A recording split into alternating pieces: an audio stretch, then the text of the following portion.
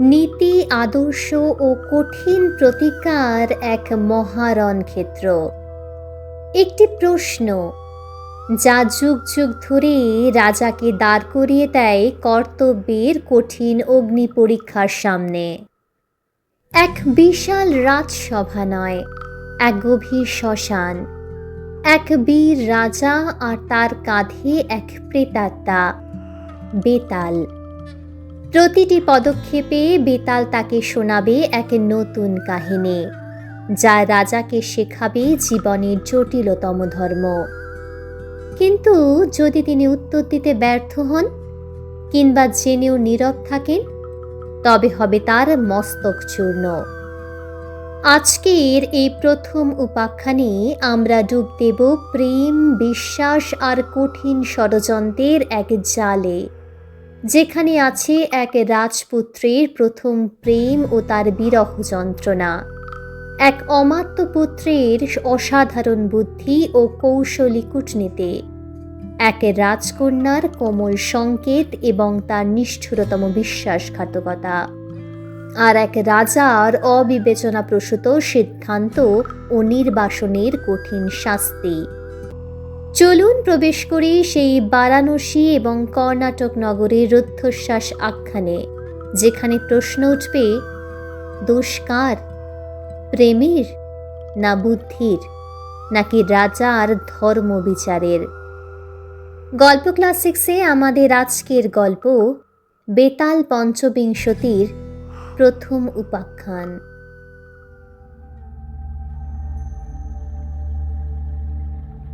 বেতাল শুরু করল তার প্রথম উপাখ্যান। বলল, মহারাজ শোনো তবে। বারাণসী নগরীতে প্রতাপ মুকুট নামে এক খুব প্রতাপশালী রাজা ছিলেন। তার মহাদেবী নামে প্রিয় মহিষী ও বজ্রমুকুট নামে হৃদয়ের আনন্দ পুত্র ছিল। একদিন রাজকুমার একমাত্র মন্ত্রীর পুত্রকে সঙ্গে নিয়ে শিকারে গেলেন। তিনি নানা বনে ভ্রমণ করে অবশেষে এক ঘন জঙ্গলে প্রবেশ করে ওই জঙ্গলের মধ্যবর্তী খুব সুন্দর সরোবরের কাছে উপস্থিত হলেন। দেখলেন ওই সরোবরের নির্মল জলে হাঁস, বক, চক্রবাক প্রভৃতি নানা রকমের জলচর পাখি খেলা করছে। ফোটা পদ্মগুলোর সুগন্ধে চারিদিক আমোদিত হয়ে আছে। মৌমাছিরা মধুর গন্ধে অন্ধ হয়ে গুনগুন শব্দ করতে করতে এদিক ওদিক ঘুরে বেড়াচ্ছে। তীরস্থিত গাছগুলো নতুন পাতা, ফুল ও ফলগুলো দিয়ে খুব সুন্দর লাগছে। তাদের ছায়া খুব স্নিগ্ধ। বিশেষ করে ঠান্ডা সুগন্ধ বাতাস আস্তে আস্তে চলাচল করার ফলে খুব মনোরম হয়ে আছে। সেখানে উপস্থিত হওয়া মাত্র ক্লান্ত ও রোদে ক্লান্ত ব্যক্তির ক্লান্তি ও শ্রান্তি দূর হয়। এই খুব মনোরম স্থানে কিছুক্ষণ হেঁটে রাজকুমার ঘোড়া থেকে নামলেন এবং কাছের বকুল গাছের কাণ্ডে ঘোড়া বেঁধে ও সরোবরে নেমে স্নান করলেন। এরপর কাছেই থাকা দেবাদিদেব মহাদেবের মন্দিরে প্রবেশ করে দর্শন, পূজা ও প্রণাম করে কিছুক্ষণ পরে বাইরে এলেন। এই সময়ের মধ্যে এক রাজকন্যাও নিজের সখীদের সাথে সরোবরের অন্য পারে উপস্থিত হয়ে স্নান ও পুজো শেষ করে গাছের ছায়ায় হাঁটতে লাগলেন। দৈবক্রমে তার ও বজ্রমুকুটে 4 চোখ একসাথে হলো। তার অতুলনীয় সৌন্দর্য দেখে রাজার পুত্র মুগ্ধ হলেন। রাজকুমারীও বজ্রমুকুটকে চোখ দিয়ে দেখে নিজেকে ধন্য মনে করে মাথার পদ্ম হাতে নিলেন। এরপর কানে লাগিয়ে দাঁত দিয়ে কেটে পায়ের নিচে ফেলে দিলেন। আবার নিলেন ও বুকে রেখে বারবার রাজপুত্রের দিকে তৃষ্ণার্ত দৃষ্টিতে তাকাতে তাকাতে নিজের প্রিয় সখীদের সাথে নিজের জায়গায় চলে গেলেন।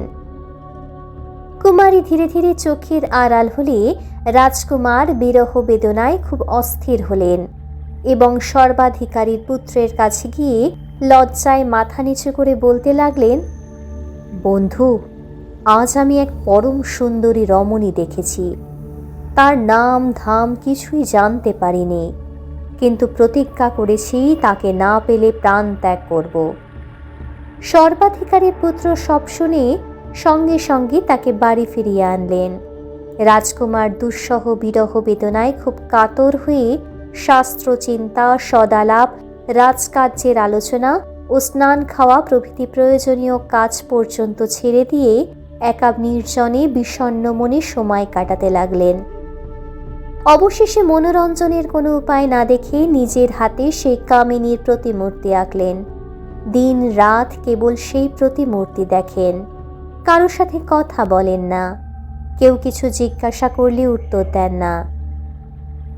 সর্বাধিকারীর পুত্র রাজপুত্রের এরকম দশা দেখে উপদেশের ছলে নানাভাবে তিরস্কার করলেন। প্রিয় বন্ধুর উপদেশের কথা শোনাতে রাজকুমার বললেন, সখা, আমি যখন এই পথে পা দিয়েছি তখন আমার ভালো মন্দ চিন্তা ও সুখ দুঃখ বিবেচনা নেই। প্রতিজ্ঞা করেছি মনের ইচ্ছে পূর্ণ না হলে জীবন বিসর্জন দেব।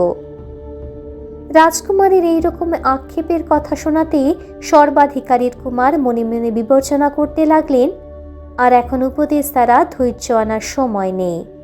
ইনি খুব অস্থির হয়েছেন, এরপর কোনো উপায় ঠিক করা দরকার। এরপর তিনি রাজকুমারকে জিজ্ঞাসা করলেন, বন্ধু, যাওয়ার সময় সেই সীমন্তিনী তোমায় কিছু বলেছিল, নাকি তুমি তাকে কিছু বলেছিলে? রাজপুত্র বললেন, না বন্ধু, আমি তাকে কিছু বলিনি, এবং সে সর্বাঙ্গ সুন্দরীও আমায় কোনো কথা বলেনি। তখন সর্বাধিকারীর পুত্র বললেন, তবে তার মিলন কঠিন বলে মনে হচ্ছে। রাজপুত্র বললেন, যদি সেই সুন্দর চোখ বিশিষ্ট নারী চোখকে আনন্দ না দেয়, আমি প্রাণ ত্যাগ করব।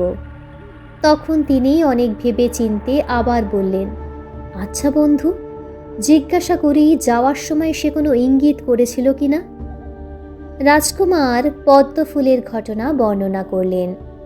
তখন সর্বাধিকারীর পুত্র বললেন, সখা, আর চিন্তা নেই, আমি তার করা ইঙ্গিতের আসল অর্থ বুঝেছি এবং তার নাম ধাম জানতে পেরেছি। এখন প্রতিজ্ঞা করছি অল্প দিনের মধ্যেই তার সাথে তোমার মিলন করিয়ে দেব। বেশি ব্যাকুল হলেই ইচ্ছে পূরণ হয় না, ধৈর্য ধরো। তখন রাজপুত্র বললেন, যদি বুঝে থাকো সব বিস্তারিতভাবে বলো, শুনলেও আপাতত শান্ত হতে পারি। তিনি বললেন, বন্ধু শোনো, পদ্মফুল মাথা থেকে নামিয়ে কানে লাগিয়েছিল, তা দ্বারা তোমাকে এটা জানিয়েছে আমি কর্ণাট নগরীর বাসিন্দা। দাঁত দ্বারা কেটে এটা প্রকাশ করেছে আমি দন্তবাট রাজার কন্যা। তারপরে পায়ের নিচে ফেলে এই ইঙ্গিত করেছে আমার নাম পদ্মাবতী, আর বুকে রেখে এই উদ্দেশ্যে প্রকাশ করেছে তুমি আমার হৃদয় বল্লভ। বন্ধুর এই কথা শোনাতে রাজকুমার অপার আনন্দের সাগরে ডুবে গেলেন এবং ব্যস্ত হয়ে বারবার বলতে লাগলেন, বন্ধু, তাড়াতাড়ি আমায় কর্ণাট নগরে নিয়ে চলো। এরপর দুজন উপযুক্ত পোশাক পরে ও অস্ত্র নিয়ে ঘোড়ায় উঠলেন। কিছুদিন পরে কর্ণাট নগরে উপস্থিত হয়ে তারা রাজবাড়ির কাছে গিয়ে দেখলেন এক বৃদ্ধা নিজের বাড়ির দরজায় বসে আছে। দুজনে ঘোড়া থেকে নেমে তার কাছে গিয়ে বললেন, মা, আমরা ব্যবসার কাজে আসা বিদেশি লোক, মালপত্র সব পড়ে আছে, থাকার জায়গার খোঁজ করার জন্য আমরা এগিয়ে এসেছি। যদি দয়া করে স্থান দাও তবে থাকতে পারি। বৃদ্ধা তাদের সুন্দর রূপ দেখে ও মিষ্টি কথা শুনে খুশি হয়ে প্রসন্ন মনে বলল, এ তোমাদের বাড়ি, যতদিন ইচ্ছা সুখে থাকো। এইভাবে দুজনে সেই বয়স্ক নারীর বাড়িতে আশ্রয় নিলেন। কিছুক্ষণ পরে বৃদ্ধা তাদের কাছে এসে কথাবার্তা শুরু করলে। সর্বাধিকারীর পুত্র জিজ্ঞাসা করলেন, মা, কয়জন তোমার পরিবার, আর কিভাবে বা সংসার চলে? বৃদ্ধা বলল, আমার পুত্র রাজ দরবারে কাজ করে, রাজার খুব প্রিয় পাত্র, আর পদ্মাবতী নামে রাজার এক কন্যা আছেন। আমি তার ধাত্রী ছিলাম। এখন বুড়ো হয়েছি, বাড়িতে থাকি। রাজা দয়া করে অন্ন বস্ত্র দেন, আর রাজকন্যা আমায় ভালোবাসেন। এই জন্যে প্রতিদিন একবার তাকে দেখতে যাই। এই কথা শুনে রাজপুত্র বললেন, কাল যখন রাজবাড়িতে যাবে আমায় বলবে, আমি তোমার দ্বারা রাজকন্যার কাছে কোনো খবর পাঠাবো। বৃদ্ধা বলল, যদি দরকার থাকে বলো, আজই আমি রাজকন্যাকে জানিয়ে আসি। রাজকুমার এই কথা শোনার সঙ্গে সঙ্গে খুব খুশি হয়ে বললেন, তুমি রাজকন্যাকে বলবে শুক্ল পঞ্চমীতে সরোবরের তীরে যে রাজকুমারকে দেখেছিলে সে তোমার ইঙ্গিত অনুসারে উপস্থিত হয়েছে। এই কথা শোনা মাত্র বৃদ্ধা লাঠি নিয়ে রাজবাড়িতে চলে গেল। সে কন্যার অন্দরমহলে প্রবেশ করে দেখল রাজকন্যা একা নির্জনে বসে আছেন। বৃদ্ধার সামনে আসতেই রাজকন্যা আদর করে বসতে আসন দিলেন। সে বসে বলল, বাচ্চা, ছোটবেলায় অনেক যত্নে তোমায় মানুষ করেছি। এখন ভগবানের কৃপায় তুমি তরুণ বয়সে এসেছ। আমার মনের একান্ত ইচ্ছে এই তাড়াতাড়ি উপযুক্ত পাত্রের সাথে তোমার বিয়ে হোক। এইরকম আড়ম্বর করে ভূমিকা করে বৃদ্ধা বলতে লাগলো, শুক্ল পঞ্চমীতে দিঘির পাড়ে যে রাজকুমার মন হরণ করে এনেছিলে তিনি আমার বাড়িতে উপস্থিত হয়েছেন এবং আমার দ্বারা এই খবর পাঠিয়েছেন। কমল সংকেত দ্বারা যে উদ্দেশ্য প্রকাশ করেছিলে তা পূর্ণ করো। আমি উপস্থিত হয়েছি, আর আমি বলেছি এই রাজকুমার সব দিক থেকে তোমার যোগ্য পাত্র। তুমি যেমন রূপবতী ও গুণবতী, তিনিও সব দিক থেকে ঠিক সেরকম। রাজকন্যা শোনার সঙ্গে সঙ্গে রাগ প্রকাশ করে হাতে চন্দন লাগিয়ে বৃদ্ধা দুই গালে চড় মারলেন এবং বললেন, তুমি এই মুহূর্তে আমার অন্দরমহল থেকে দূর হও। বৃদ্ধা এই রকম তিরস্কার পেয়ে বিরক্ত হয়ে বিষণ্ণ মুখে বাড়ি ফিরে এসে আদ্যপান্ত সমস্ত ঘটনা রাজকুমারের কানে বলল। তিনি শোনার সঙ্গে সঙ্গে খুব ব্যাকুল ও হতাশ হয়ে দীর্ঘ নিঃশ্বাস ফেলে পাশের প্রিয় বন্ধুর দিকে দৃষ্টি দিয়ে বলতে লাগলেন, সখা, এখন কি উপায় করি? নিশ্চিত বুঝলাম ভাগ্য প্রতিকূল হয়েছে। মনের ইচ্ছা পূর্ণ হওয়ার কোনো সম্ভাবনা আছে এরকম মনে হচ্ছে না। তা না হলে সেই সুন্দরী কি জন্য তিরস্কার করে বৃদ্ধাকে বিদায় করল? মনের মধ্যে অনুরাগ হলে দ্যুতির প্রতি এত অনাদর হয় না। তখন তিনি বললেন, আসল অর্থ না বুঝে মিছে মিছে এত ব্যাকুল হচ্ছ কেন? চন্দন রসে মাখানো 10টি আঙুল দ্বারা প্রহারের উদ্দেশ্য এই যে শুক্লপক্ষের 10 দিন বাকি আছে, তার শেষে অর্থাৎ কৃষ্ণপক্ষে তোমার সাথে মিলন হবে। শুক্লপক্ষ পার হলো। বৃদ্ধা আবার রাজকুমারীর কাছে গিয়ে রাজকুমারের প্রার্থনা জানালো। তিনি শুনে খুব রাগ প্রকাশ করলেন এবং ঘাড় ধরে বৃদ্ধাকে অন্দরমহলের খিড়কি দরজা দিয়ে বিদায় করে দিলেন। সে সঙ্গে রাজকুমারের কাছে গিয়ে এই ঘটনা জানালো। তিনি শুনে খুব হতাশ হয়ে দীর্ঘ নিঃশ্বাস ফেলে মাথা নিচু করে চিন্তা করতে লাগলেন। তখন সর্বাধিকারীর পুত্র বললেন, বন্ধু, কেন উদ্বিগ্ন হচ্ছ? আর চিন্তা নেই, এ অনুকূল ঘাট ধাক্কা, খারাপ নয়। তুমি পূর্ণ মনোরথ হয়েছ, অর্থাৎ অন্য রাতে তোমায় সেই খিড়কি দরজা দিয়ে তার অন্দরমহলে যেতে ইঙ্গিত করছে। রাজপুত্র আনন্দের সাগরে ডুব দিয়ে খুব আগ্রহী মনে সূর্য দেবতার অস্ত যাওয়ার অপেক্ষা করতে লাগলেন। রাজকুমার বিহারের উপযুক্ত পোশাক পরে প্রিয় বন্ধুর সাথে অন্দরমহলের খিড়কির দরজায় উপস্থিত হলেন। সর্বাধিকারীর পুত্র বাইরে দাঁড়িয়ে রইলেন। তিনি তার মধ্যে দিয়ে অন্দরমহলে প্রবেশ করলেন। দেখলেন রাজকুমারী তার অপেক্ষা করছে। চোখে চোখে আলিঙ্গন হওয়াতে দুজনে কৃতার্থ হলেন।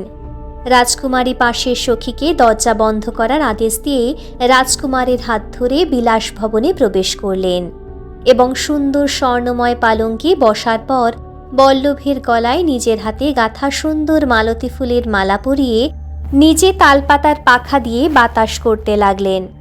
তখন রাজকুমার বললেন, প্রিয়ে, তোমার মুখ চাঁদ দেখেই আমার চিত্রচকর চরিতার্থ হয়েছে। আর এরকম কষ্ট করার দরকার নেই।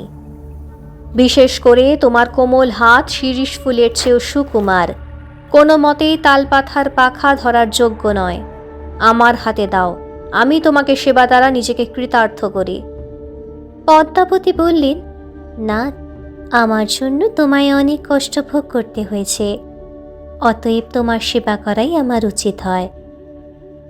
দুজনের এইরকম রসময় কথা শোনাতেই পাশের সহচরী পদ্মাবতীর হাত থেকে তালপাতার পাখা নিয়ে বাতাস করতে লাগলো। কিছুক্ষণ পরই রাজকুমার ও রাজকুমারী সখীদের সাক্ষী করে গান্ধর্ব মতে স্বামী স্ত্রীর বন্ধনে আবদ্ধ হলেন। এরপর দুজনের সাত্ত্বিক ভাবের প্রকাশ দেখে সখীরা অন্য কাজে অজুহাতে বিলাস ভবন থেকে বাইরে গেলে কান্ত কামিনী আনন্দে রাত কাটালেন। রাজকুমার অন্তর্মহল থেকে বেরিয়ে যাওয়ার ইচ্ছা প্রকাশ করলেন। তখন রাজকুমারী বললেন, না, আমার এই অন্তর্মহলে সখীরা ছাড়া অন্যে প্রবেশ করার অধিকার নেই। তুমি নির্ভয়ে থাকো, আমি তোমায় বিদায় দিয়ে এক মুহূর্তও প্রাণ ধারণ করতে পারবো না। রাজকুমার প্রিয়তমার এইরকম প্রেম রসে ভরা নরম মিষ্টি কথাগুলো শুনে কানকে কৃতার্থ করে তার প্রস্তাবে রাজি হলেন এবং তার সঙ্গী হয়ে পরম সুখে সময় কাটাতে লাগলেন। এইভাবে কিছুদিন কেটে গেল। রাজকুমার রাজধানী ফিরে যাওয়ার ইচ্ছা প্রকাশ করলেন। রাজকন্যা কোনো মতেই সম্মত হলেন না। ধীরে ধীরে প্রায় মাস পার হয়ে গেল। রাজকুমার তবুও যাওয়ার অনুমতি পেলেন না। এইভাবে নিজের দেশে ফিরে যাওয়ার বিষয় খুব নিরুপায় হয়ে তিনি একদিন নির্জনে বসে মনে মনে এই আলোচনা করতে লাগলেন, আমি খুব খারাপ মানুষ। তুচ্ছ ইন্দ্রিয় সুখের বশীভূত হয়ে বাবা মা জন্মভূমি প্রভৃতি সব কিছু ছেড়ে দিলাম, আর যে প্রাণের চেয়েও প্রিয় বন্ধুর বুদ্ধির কৌশলে উপদেশের জোরে এইরকম দুর্লভ সুখ ভোগে সময় কাটাচ্ছি, মাসাবধি তারও কোনো খবর নিলাম না। বোধ করি বন্ধু আমায় খুব স্বার্থপর ও খুব অকৃতজ্ঞ ভেবেছেন। রাজকুমার একা এরকম চিন্তা করছেন এমন সময়ে রাজকন্যা সেখানে উপস্থিত হয়ে বিষণ্ণ দেখে জিজ্ঞাসা করলেন, নাথ, আজ কি জন্য তুমি এমন অন্যমনস্ক হয়েছ? তোমার চাঁদ মুখ বিষণ্ণ দেখলে আমি 10 দিক শূন্য দেখি। অসুখের কারণ কি বলো, তাড়াতাড়ি তার প্রতিকার করছি। বজ্রমুকুট বললেন, বাবার সর্বাধিকারীর পুত্র আমার সাথে এসেছেন। তিনি আমার পরম বন্ধু, মাসাবধি তার কোনো খবর পাইনি। জানি না তিনি কেমন আছেন। তিনি খুব চতুর, সব শাস্ত্রে পণ্ডিত এবং নানা গুণের রত্নে মণ্ডিত। তারই বুদ্ধির কৌশল ও পরামর্শের জোরে তোমার মিলন লাভ করেছি। তিনি তোমার সমস্ত ইঙ্গিতের আসল অর্থ উদ্ধার করেছিলেন। পদ্মাবতী বললেন, ওগো নাথ, এইরকম বন্ধুর অনুপস্থিতিতে মন অবশ্যই উদ্বিগ্ন হতে পারে। এতদিন তার কোনো খবর না নেওয়ায় খুব অভদ্রতা প্রকাশ হয়েছে। রহস্য জানে এমন বন্ধু প্রাণের থেকেও প্রিয়। বিবেচনা করে দেখলে তুমি তার কাছে সম্পূর্ণ অপরাধী হয়েছ এবং খুব অকৃতজ্ঞতা দেখিয়েছ। এখনকার কর্তব্যই তার সন্তুষ্টির জন্য আমি নিজের হাতে নানা রকমের মিষ্টান্ন তৈরি করে পাঠাই, এবং তুমিও একবার কিছুক্ষণের জন্য সেখানে গিয়ে উপযুক্ত সদ্ভাব দেখিয়ে আসো। রাজপুত্র সঙ্গে সঙ্গে সেই খিড়কি দরজা দিয়ে অন্তর্মহল থেকে বাইরে বেরিয়ে বৃদ্ধার বাড়িতে উপস্থিত হলেন। বহুদিন পরে নিষ্কপট প্রেম পবিত্র বন্ধুর সাথে দেখা পেয়ে চোখে জল ভরে তার কাছে আদ্যপান্ত সমস্ত ঘটনা বর্ণনা করলেন। রাজপুত্রকে বন্ধু দর্শনে পাঠিয়ে রাজকন্যা মনে মনে এই আলোচনা করতে লাগলেন, এ কেবল বন্ধুর বুদ্ধির কৌশলেই সফল হয়েছে, অতএব অবশ্যই সব কথা তার কাছে প্রকাশ করবে, আর সেই ব্যক্তি নিজের বন্ধুর কাছে সব প্রকাশ করবে, সন্দেহ নেই। এইভাবে আমার দুর্নাম রটনা ধীরে ধীরে সারা পৃথিবীতে ছড়িয়ে যাওয়ার সম্ভাবনা। অতএব এই রকম ব্যক্তিকে জীবিত রাখা কোনো মতেই ভালো হবে না। এই রকম সিদ্ধান্ত করে পদ্মাবতী তাড়াতাড়ি নানা রকমের বিষ মেশানো মিষ্টান্ন তৈরি করে সখী দ্বারা রাজকুমারের কাছে পাঠিয়ে দিলেন। সর্বাধিকারীর পুত্র জিজ্ঞাসা করলেন, বন্ধু, এসব কি? রাজপুত্র বললেন, মিত্র, আজ আমি তোমার জন্য খুব উদ্বিগ্ন হয়েছিলাম। রাজকন্যা আমার দিকে দৃষ্টিপাত করে কারণ জিজ্ঞাসা করাতে আমি তোমার বিস্তারিত পরিচয় দিয়ে ও নানাভাবে প্রশংসা করে বললাম, প্রিয়ে, আমি এই বন্ধুর অনুপস্থিতিতে বিষণ্ণ হচ্ছি। রাজকন্যা তোমার বিস্তারিত পরিচয় পেয়ে খুব অসন্তুষ্ট হয়েছেন এবং আমায় আগে পাঠিয়ে দিয়ে নিজের হাতে এই সমস্ত তৈরি করে তোমার জন্য পাঠিয়েছেন। আমায় বলে দিয়েছেন তুমি নিজের সামনে তাকে মিষ্টান্ন খাইয়ে আসবে। অতএব বন্ধু, কিছু খাও, তাহলে পরম পরিতোষ পাই। এবং গিয়ে তার কাছে বলতে চাই আমার বন্ধু মিষ্টান্ন খেয়ে তোমার শিল্প নৈপুণ্যে নানাভাবে প্রশংসা করেছেন। এই কথা শুনে সর্বাধিকারীর পুত্র কিছুক্ষণ চুপ করে রইলেন। এরপর রাজপুত্রের মুখে আবার মনোযোগ দিয়ে আদ্যপান্ত সব শুনে বললেন, বন্ধু, তুমি আমার জন্য কালকূট এনেছ। এ মিষ্টান্ন নয়, সাক্ষাৎ যমদূত, জিভে ছোঁয়া মাত্রই প্রাণ নাশ করবে। আমার পরম সৌভাগ্য এই তুমি খাওনি। তুমি খুব সরল স্বভাবের, কার কি মতলব কিছুই বুঝতে চেষ্টা করো না। তোমায় একটা আসল কথা বলি, স্বেচ্ছাচারিণী নারীরা স্বভাবতই নিজের প্রিয় পাত্রের ওপর খুব খারাপ দৃষ্টি দেয়। অতএব তুমি তার কাছে আমার পরিচয় দিয়ে বুদ্ধির কাজ করনি। রাজকুমার বললেন, বন্ধু, আমি তোমার এই কথায় বিশ্বাস করতে পারি না। তুমি তার স্বভাব জানো না, এই জন্যে এরকম বলছো। এমন সদাশয় স্ত্রীলোক তুমি কখনো দেখনি। তার নাম করলে আমার রোমাঞ্চ হয়, আর আমি উপস্থিত সখীদের সামনে ধর্মকে সাক্ষী করে গান্ধর্ব বিধানে তার পানি গ্রহণ করেছি। এমন অবস্থায় স্বেচ্ছাচারিণী শব্দে তার নির্দেশ করা কোনো মতেই ন্যায়সঙ্গত হচ্ছে না। তা যাই হোক, তিনি যেমন চারুশীলা তেমনই উদারশীলা। তিনি তোমার প্রাণনাশের জন্য মিষ্টান্নের ছলে কালকূট পাঠিয়েছেন। তুমি কেমন করে এমন কথা মুখে আনলে বুঝতে পারছি না। বলতে কি, তুমি আর একবার এরকম বললে আমি তোমার ওপর বিরক্ত হব। আচ্ছা, কথায় দরকার নেই, আমি তোমার সন্দেহ দূর করছি। এই বলে একটা নাড়ু নিয়ে রাজকুমার বিড়ালকে খেতে দিলেন। বিড়াল সঙ্গে সঙ্গে মারা গেল। তখন রাজপুত্র বিচলিত হয়ে বলতে লাগলেন, এরকম দুশ্চরিত্র নারীর সাথে পরিচয় রাখা কখনো উচিত নয়। আর আমি জন্মের জন্য সেই পাপিনীর মুখ দেখব না। মন্ত্রীপুত্র বললেন, না বন্ধু, তাকে একেবারে পরিত্যাগ করা হবে না। কৌশল করে রাজধানীতে নিয়ে যেতে হবে। রাজপুত্র বললেন, তাও তোমার বুদ্ধিসাধ্য। মন্ত্রীপুত্র বললেন, বন্ধু, একটা পরামর্শ বলি শোনো। আজ তুমি পদ্মাবতীর কাছে গিয়ে আগের চেয়েও বেশি প্রেম দেখাবে এবং বলবে, বন্ধু মিষ্টান্ন খাওয়ার সঙ্গে সঙ্গে অজ্ঞান হয়ে যাওয়ার মতো ঘুমিয়ে পড়েছে। আমি তোমায় দেখার জন্য খুব আগ্রহী হয়ে তার ঘুম ভাঙা পর্যন্ত অপেক্ষা করতে না পেরে চলে এসেছি। আমি এখন তোমায় এক মুহূর্ত না দেখলে 10 দিক শূন্য দেখি। আসলে আর আমি বন্ধুর অনুরোধে এক মুহূর্তের জন্য তোমায় ছেড়ে যেতে পারবো না। এইরকম মনোহর কথা বলে তাকে মোহিত করে দিন কাটাবে। এরপর রাত্রে সে ঘুমিয়ে গেলে তার সমস্ত গয়না চুরি করে তার বাম উরুতে ত্রিশূলের চিহ্ন দিয়ে চলে আসবে। রাজপুত্র সম্মত হলেন এবং পদ্মাবতীর কাছে গিয়ে খুব প্রীতি দেখালেন। পরে রাতে দুজনে শুলে রাজকন্যা তাড়াতাড়ি ঘুমিয়ে পড়লেন। তখন রাজকুমার মন্ত্রীপুত্রের উপদেশ অনুসারে সমস্ত কাজ শেষ করে বৃদ্ধার বাড়িতে উপস্থিত হলেন। সকালে মন্ত্রীপুত্র সন্ন্যাসীর বেশ ধরে এক শ্মশানে উপস্থিত হলেন এবং নিজ গুরু হয়ে রাজপুত্রকে শিষ্য করে বললেন, তুমি নগরে গিয়ে এই অলংকার বিক্রি করো। যদি কেউ তোমায় চোর বলে ধরে তাকে আমার কাছে নিয়ে আসবে।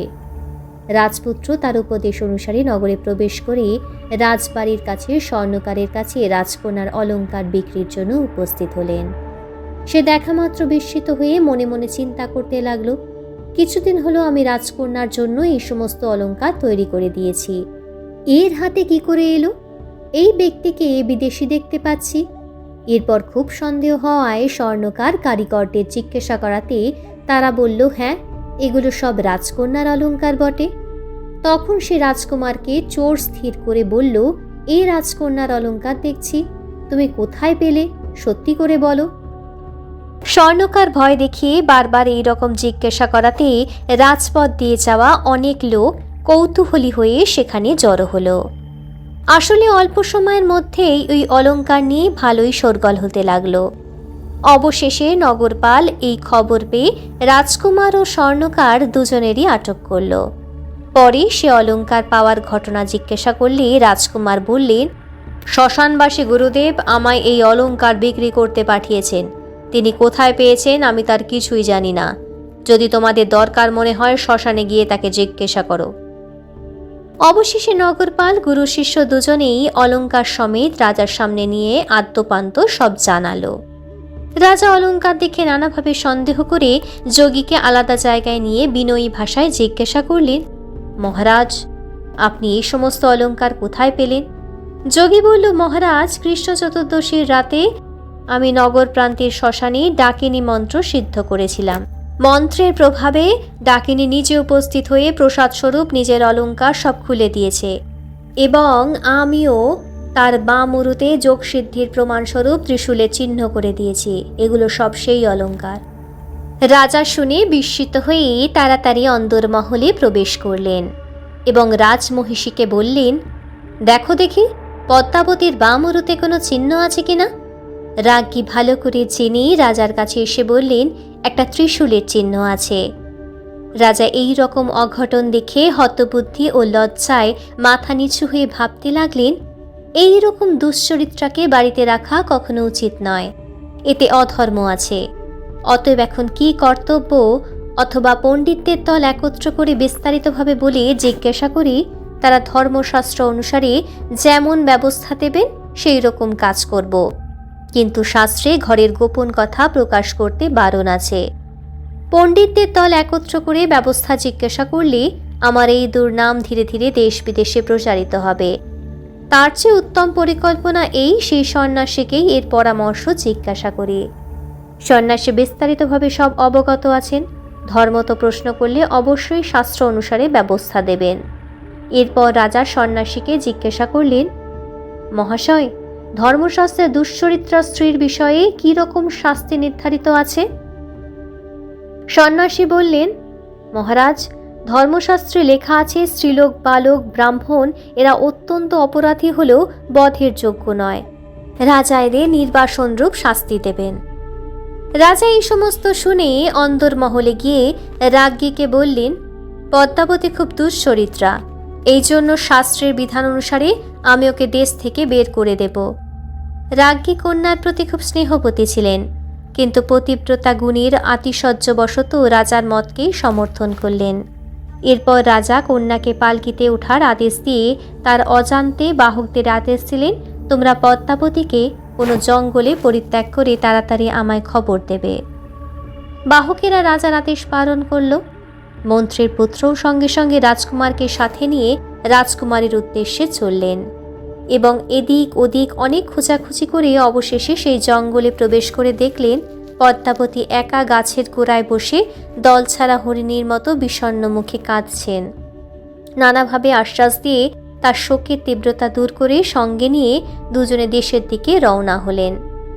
তাদের রাজধানীতে উপস্থিত হলে প্রজারা খুব আনন্দিত হল। রাজা প্রতাপ মুকুট বউয়ের সাথে পুত্র পেয়ে আনন্দের বন্যায় ডুবে গিয়ে নগরে মহোৎসবের আদেশ করলেন। এইভাবে গল্প শেষ করে বেতাল জিজ্ঞাসা করল, মহারাজ, রাজা ও মন্ত্রীর পুত্র এ দুজনের মধ্যে কোন ব্যক্তি নিরপরাধে রাজকুমারী নির্বাসনের জন্য খারাপ ভাগ্যের অধিকারী হবেন? বিক্রমাদিত্য বললেন, আমার মতে রাজা।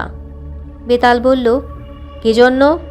রাজা বললেন, শাস্ত্রকারেরা আততায়ীর বধে ও বিদ্রোহচারণে দোষের অভাব লিখেছেন। অতএব বিষ প্রদানকারিণী রাজকন্যার প্রতি এরকম প্রতিকূল আচরণের জন্য মন্ত্রীর পুত্রকে দোষী বলা যায় না। কিন্তু রাজা যে অজানা কুলশীলের ব্যক্তির কথা বিশ্বাস করে অন্য প্রমাণ না দেখেও বিচার না করে সন্তানের স্নেহ ভুলে গিয়ে না করা অপরাধে কন্যাকে নির্বাসিত করলেন, এতে তার রাজধর্মের বিরুদ্ধে কাজ করার জন্য পাপ স্পর্শ হতে পারে। এটা শুনে বেতাল আগে করা প্রতিজ্ঞা অনুসারে শ্মশানে গিয়ে আগের মতো গাছে ঝুলতে লাগলো। রাজাও তার পেছন পেছন দৌড়ে গিয়ে তাকে গাছ থেকে নামিয়ে কাঁধে করে পুনরায় সন্ন্যাসীর আশ্রমের দিকে চলতে লাগলেন।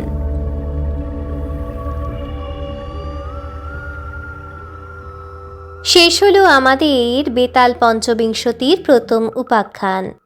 রাজা বিক্রমাদিত্য তার সিদ্ধান্তে অটল। তিনি বিচার করলেন বিষ প্রদানকারী কন্যার প্রতি মন্ত্রীপুত্রের আচরণ শাস্ত্রসম্মত, কারণ সে আততায়ী। কিন্তু রাজা হিসেবে দন্তবাট কুমার যে অজ্ঞাত কুলশীল ব্যক্তির কথায় বিশ্বাস করে কোনো বিচার বা প্রমাণ ছাড়াই নিজের কন্যাকে নির্বাসিত করলেন, সেটি ছিল রাজধর্মের বিরুদ্ধে কর্ম, আর এই কারণেই পাপের ভাগী হবেন রাজা। কিন্তু উত্তর যে সঠিক হয়েছে। মহারাজ নিয়ম মেনেই বেতাল পুনরায় বৃক্ষ শাখায় ফিরলেন পূর্ব প্রতিজ্ঞা অনুসারে। অন্ধকার শ্মশান, কাঁধে প্রেতাত্মার ভার, তবু রাজার সংকল্প অবিচল। প্রেম, বিশ্বাসঘাতকতা, বুদ্ধির কৌশল আর এক কঠিন বিচার। প্রথম উপাখ্যানের সমাপ্তি এখানেই। কিন্তু রাজার যাত্রা এখনো শেষ হয়নি। তিনি জানেন বেতাল বারবার ফিরবে, আর প্রতিবারই এক নতুন জটিল প্রশ্নের সামনে তাকে দাঁড় করাবে। এখনো কিন্তু বাকি আরও 24টি গল্প। চলুন প্রস্তুত হই পরের রাতের জন্য, কারণ বেতাল আবারও ফিরে আসবে এবং তার শর্তে রাজাকেও তার পথ অনুসরণ করতেই হবে। তাই জানতে গেলে চোখ রাখতে হবে কিন্তু পরের পর্বে। গল্পটি ভালো লাগলে লাইক করবেন এবং কমেন্টে জানাবেন গল্পটি কেমন লাগলো। আর গল্প ক্লাসিক্স চ্যানেলটিকে সাবস্ক্রাইব করতে ভুলবেন না।